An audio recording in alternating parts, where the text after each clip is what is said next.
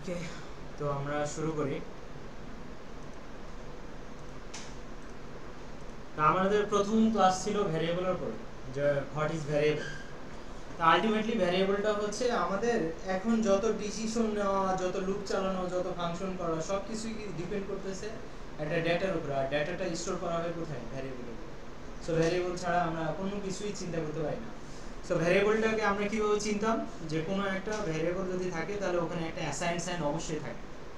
Assign sign দেখে আমরা বুঝে যাবো এটা একটা ভ্যারিয়েবল। সো অ্যাসাইন সাইনের বামে থাকবে একটা ভ্যারিয়েবল নেম। তো আমরা এক্সও একটা ভ্যারিয়েবল নেম হইতে পারে। আবার ডানে কি থাকবে? ভ্যালু। সেটা 10 হইতে পারে, অথবা অন্য কোনো, যেমন ওয়াই একটা ভ্যারিয়েবল, ওয়াইয়ের ভিতরে আমরা এক্সকে দিতে পারি।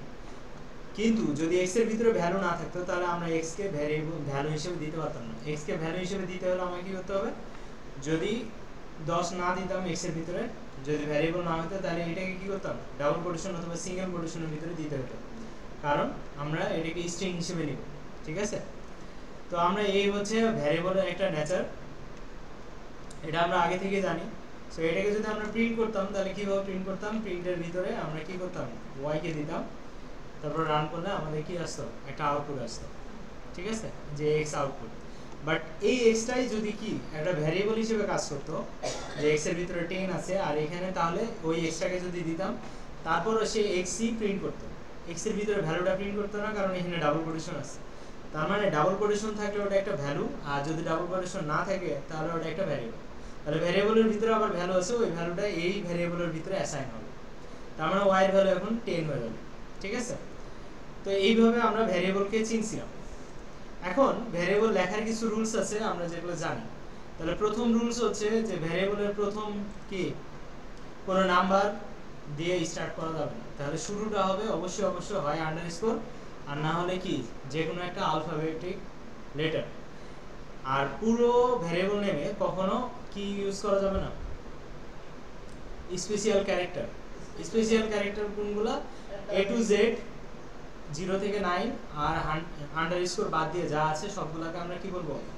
Special character. তার মানে দশমিক, সিঙ্গেল কোটেশন, ডাবল কোটেশন, কোনো কিছুই আমরা ভ্যারিয়েবলের ভিতরে ইউজ করতে পারবো না। ঠিক আছে? তো আমরা আন্ডারস্কোর দিয়ে স্টার্ট করতে পারি, এরপরে আমরা চাইলে আলফা নিউমেরিক যে কোনো কিছু ইউজ করতে পারি। ঠিক আছে?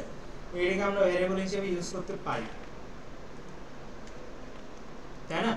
কেন ইউজ করতে পারি? কারণ শুরুটা হয়েছে কি দিয়ে? আচ্ছা, এক্স ইজ নট ডিফাইন্ড।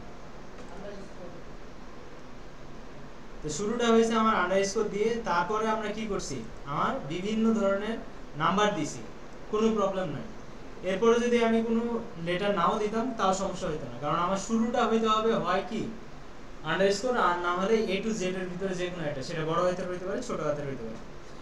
এরপরে কি আমাদের এইখানে যে নাম থাকবে প্রিন্টেও সেম নাম থাকতে হবে। তার মানে কি কেস সেনসিটিভ।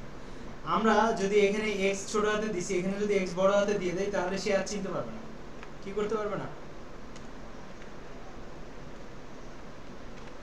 চিনতে পারবে না। তাহলে এখন সে একটা ইরো দিবে, বলবে যে এই নামে কিছু নাই। ঠিক আছে? তো এটা কি কেস সেনসিটিভ। ওকে, এরপরে আমরা যে ভ্যালুগুলো রাখতেছি, এই ভ্যালুগুলো আবার বিভিন্ন টাইপের হয়ে থাকে। আচ্ছা, আমরা এখনো সুইচ করে নিই, আমরা এটার ভিতরে স্পেস দিতে পারবো না। স্পেস দিলে কি করবে? সে কনফিউজড হয়ে যাবে যে এটা ভ্যারিয়েবল নাকি এটা ভ্যারিয়েবল। সো আমরা কি করতে পারবো না? ভ্যারিয়েবলের ভিতরে স্পেস দিতে পারবো না। চাইলে আরো আন্ডারস্কোর ইউজ করতে পারি যদি আমাদের ফাঁকা রাখতে হয়। ঠিক আছে? তো এই হচ্ছে আমাদের কি ভ্যারিয়েবলের নামকরণের মানে স্টাইল। ঠিক আছে? এখন আমরা যে ভ্যালুগুলো রাখতেছি, এই ভ্যারিয়েবলগুলো অনেকগুলো টাইপের হয়ে থাকে। তো এটা কি কি টাইপ হইতে পারে? তো আমরা যদি একটু লিস্ট করি, তাহলে ইন্টিজার হইতে পারে। ইন্টিজার কোনগুলো? যেগুলোতে কোনো দশমিক থাকবে না। ঠিক আছে? কোনগুলা? ধরেন 10, 20, তারপরে 15, 12, এগুলোতে কোনো দশমিক নাই। দশমিক থাকলে সেটাকে কি বলবো আমরা? ফ্লোট। ঠিক আছে? তাহলে দশমিক থাকবে হয় শুরুতেই দশমিক, অথবা কোনো নাম্বারের পরে দশমিক। ঠিক আছে? এই টাইপের যদি থাকে তাহলে আমরা বলবো কি? ফ্লোট। ঠিক আছে? ফ্লোটের পরে আমাদের কি আসে? স্ট্রিং। str দিয়ে প্রকাশ করা হয়। স্ট্রিং কোনগুলো? ডাবল কোটেশন অথবা সিঙ্গেল কোটেশনের ভিতরে যদি কিছু থাকে তাহলে ওটাকে আমরা ডাইরেক্ট ধরবো কি? স্ট্রিং। ঠিক আছে? তাহলে হয় ডাবল কোটেশন অথবা সিঙ্গেল কোটেশন, এগুলো হলো টাইপ। যে কি কি ডাটা আমার ডেটা আছে, ওই ডেটাগুলো কোন কোন টাইপের হইতে পারে। ঠিক আছে, স্ট্রিং এর পরে আমাদের কি আছে, বুলিয়ান। বুলিয়ানকে বুল দিয়ে প্রকাশ করা হয়। বুলিয়ানে শুধুমাত্র অ্যান্সার হচ্ছে ট্রু অর ফলস। ট্রুটা কি করতে হয়, টি বড় হাতের, ফলস ছোট হাতের, না ফলসও বড় হাতের। ট্রু লিখলে আপনার বাকিগুলো ছোট হাতের, ফলসের ক্ষেত্রেও সেম। তাহলে শুরুটা বড় হাতের ট্রু আর ফলসের ক্ষেত্রে। আর এগুলোকে কোন ডাটা টাইপের মধ্যে নেওয়া হয়, বুলিয়ান। ঠিক আছে, এরপরে আমরা যদি হচ্ছে অ্যারের ক্ষেত্রে আসি, তাহলে লিস্টকে বলা হয় সিকোয়েন্সিয়াল। ঠিক আছে, তার মানে লিস্টকে আমরা থার্ড ব্র্যাকেট দিয়ে প্রকাশ করি। লিস্টের মতো আরো আছে টাপল।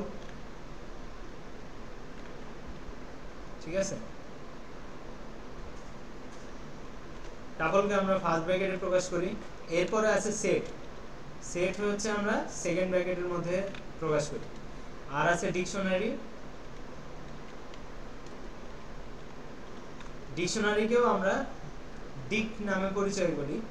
ডিককে আমরা কি করি, সেকেন্ড ব্র্যাকেট, বাট এটার ভিতরে কি থাকে, একটা থেকে কি মানে চাবি, আর একটা থাকে এটা রেফারেন্সে ভ্যালু। ঠিক আছে, সবাই কি বুঝতে পারতেছেন? অনলাইনে অফলাইনে, অনলাইনে কেউ কোনো আওয়াজ করতেছে না? ক্লাসে আছেন আপনারা?